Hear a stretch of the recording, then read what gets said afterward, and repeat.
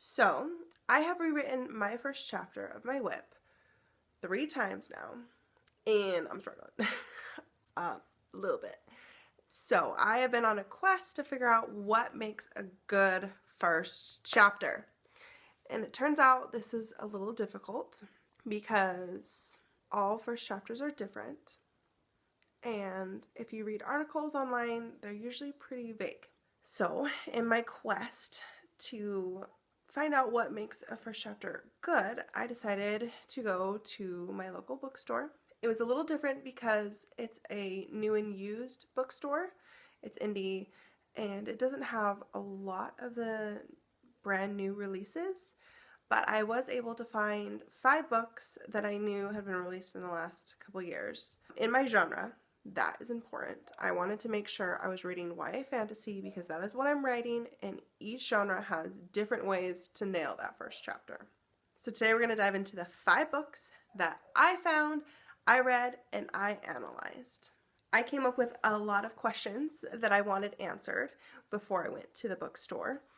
First, I wanted to analyze the first lines and the first page. I wanted to see if it grabbed me, if it started with action, if it started with dialogue, how much world building, if it was ending on like kind of a cliffhanger on the first page. I also wanted to see how they presented their character, if they had given them physical descriptions, if they'd named them, if their overall problem or misbelief had been established on how they needed to grow for their character arc in that first chapter.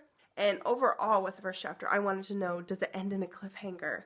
Do I feel left wanting more? Did they hit the first inciting incident in that first chapter, or was it hinted at? And how much world building had they done in the pacing of the first chapter? So those are some of the questions that I had in my mind as I went to my bookstore. So the first book that I found was An Ember in the Ashes. This one is a little bit older, but I wanted to check it out anyways. When analyzing the first page, I thought the first sentence was pretty blah. Like, it promised action, but it didn't super grab me. The main character's problem, which I thought was that she was scared or timid, was on page 1. So right off the bat, I knew exactly where this character was starting in their arc.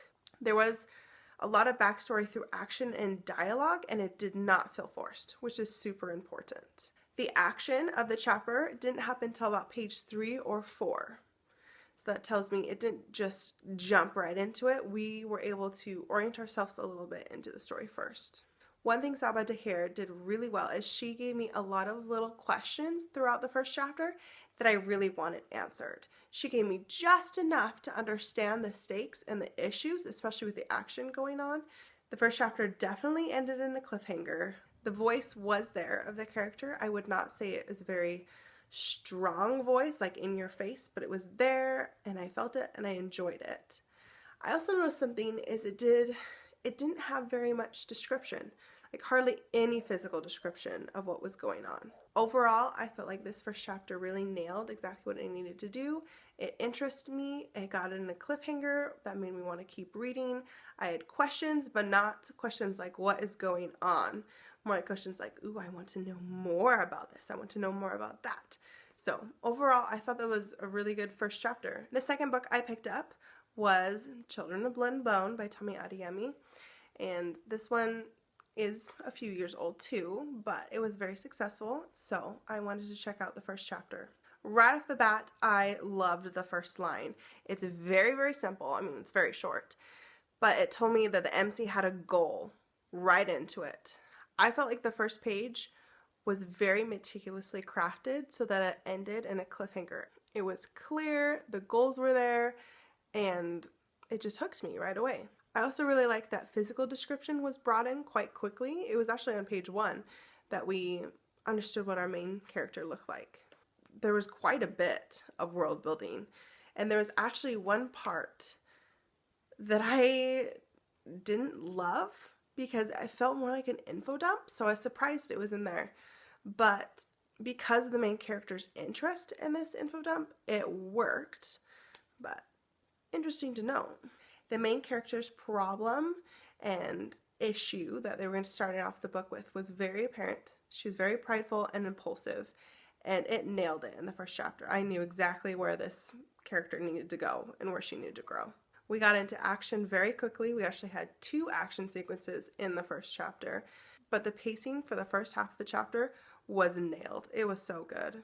One thing that was interesting about this first chapter is it was 18 pages. 18 pages is pretty long. It did end in a very strong cliffhanger, but the cliffhanger actually, it felt like there was too many like boom moments for me. Like there was an, oh shoot, this is happening, and then oh shoot, this is happening. And the cliffhanger kind of felt like an echo of one of those moments. So it wasn't as fresh, but I was interested to keep going. Overall, the first half of this chapter really grabbed me with goals and stakes and action. The second half, not as much. It was more about world building. I think what made this first chapter super successful was that it grabbed you right off the bat in the first half of that first chapter, and it also established a lot of the main character's goals and the problems that she had, and more importantly, the problems that her society had. And so I knew that there would be growth throughout the book. The third book that I found was The Bells by Danielle Clayton, and this cover alone just grabbed me. But the first chapter was really interesting. It was really, really short. It was only 4 pages, and it had a prologue. It was only a 1-page prologue, very, very short. The first sentence was really good writing, but I wouldn't really say it was very intriguing for me. But the first page was interesting, and there was a promise of something's going to happen in the first chapter, so it kept me going. The goal of the main character was there. It wasn't explicitly stated, but it was there. I did find there was a lot of description. The first chapter focused heavily on description and beautiful, beautiful prose. And personally, it had too much description, but it did lend to the voice, and it kind of told me what I was getting into for this book. It was all very beautiful. The end did not end on a cliffhanger. It more ended on like a promise of something big's going to happen, and I would have totally kept reading. The 4th book that I picked up was Shadow of the Fox by Julie Kagawa, and the first line I thought was super intriguing. It had a lot of foreshadowing in it, and I didn't quite know exactly what it meant, so it hooked me. The first page had a lot of dialogue, and a lot of dialogue that wasn't from the main character. So honestly, the first page I didn't like, and I didn't really know exactly what was going on. I also felt like the character we were following was pretty bland, very bland actually, and didn't really have a strong goal. I didn't really understand what was going to be happening, and she was kind of unlikable because what's there to relate to? It was pretty bland. The time that I got hooked was on page 7 when the adversary was introduced. She was so horrible that I just needed to keep reading to find out what this woman was going to do. And then beyond that, the first like exciting thing to happen didn't happen until page 10. I feel like all before that it was a lot of world building, and it was beautiful what they were describing, but I just wasn't hooked. It was also not close POV at all, but the world building was nailed. It was beautiful. It really prepared me for events to happen. But the ending of this first chapter explained exactly why the whole first chapter was boring. Not boring, but why it felt irrelevant. So this first chapter did something at the end that I had not expected, and it went there, and it shocked me. And because of that, even though I found the first chapter boring, because the author used that and tricked me into it and hit that big twist at the end of the first chapter, I was willing to go on. The problem is what if I had stopped reading before that twist? So they definitely tried to hook you with world building, and it was beautiful enough and interesting enough that it did keep me going. But I mean, it was 15 pages, a 15-page chapter that honestly felt a lot more like a prologue to me. I really think it was a prologue, and they just wanted to put it as a first chapter so that people would actually read it. But yeah, ended in a great, great cliffhanger. I was really pleased with the ending of the chapter and would keep reading because of that. But it was interesting to see a first chapter that was so against what normally you think would happen in the first chapter. So this was like a really big wild card thrown in of the books that I've read and analyzed for their first chapters. And I found that was interesting. This author definitely used more of a shock tactic and a surprise for their ending. So the last and fifth book that I looked at was Empress of All Seasons by Miko Jean. And it did have a prologue too. I thought it was interesting that 2 of the 5 that I picked up had prologues. It had a very weird first line, but in the weirdness of it, it like made me want to keep going because I was like, wait, what's going on? There was a very strong hook early on that we were going to get a POV from a character that we normally don't get to see. So that would definitely hooked me in. I was like, oh, she's an executioner, which feels super fresh. I want to know. So I kept reading because of that. It had a great ending. It was only 4 pages, so another really short one that just kind of gave you a feel for the world building and the tone of the book. I did feel like there weren't any stakes or like character goals given, so I didn't know where the book was going to go beyond this first chapter, and because of that, I wasn't really interested in to keep reading. I did think the writing was well done, and I mean, the POV that we got was interesting, but I didn't know what I was getting into with this book with the first chapter. It didn't establish a whole lot.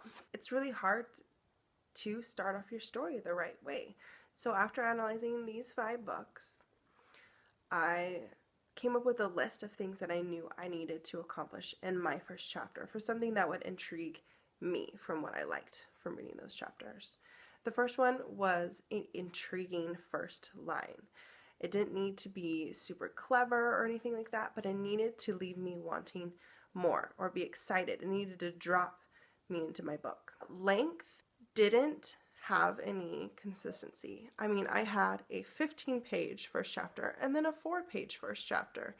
So really it's the feel that you want to get. I like to shoot towards around 10-page first chapters because usually when you query, you send 10 pages. But it also gave me like the knowledge that I could go shorter than that, especially if I want more of a snappy first chapter, which some of them did have that were 4 pages. The second one was I needed to establish the character right off the bat, either with their voice, their goals, their physical description. That needed to be established at least page 1 or 2. I also really thought it was important to have conflict early on. The chapters that did have conflict, especially for me to root for the main character, really pulled me in faster. I found in most of those first chapters I read, the world building was actually there and quite up front. And I feel like that's because it's YA fantasy and the world building needs to be shown early on of why this is different, why we're in a new world that's going to feel fresh, that we want to go on an adventure in. So I knew from my first chapter that I needed to really establish the world building, not in an info dump, but I needed to establish why we were in this world, the stakes surrounding it. The last thing is a cliffhanger. I liked the promise of something more going to happen that was done in the chapters I read. So now that I had this outline of things that I needed in my first chapter, I decided to go back in my first chapter and revise them so that I accomplished those things. I highly recommend doing this. I'm actually going to go to the library later and I'm going to pick out a bunch of books and do the same thing. I think it really helps you see what works for you in a first chapter and what you want to do and accomplish in your own first chapter. Remember, when writing, we have lots of examples of published books on what works and what's successful. So this was my example of reading to figure out what I needed to write, and it was really helpful for me. I totally recommend for you guys to do it, and hopefully you learned something from my analyzing those 5 first chapters. Don't forget to enter my June giveaway. It's in the Rafflecopter link below. I will be making an aesthetic for 2 people for their books. Good luck nailing your own first chapter, and happy writing!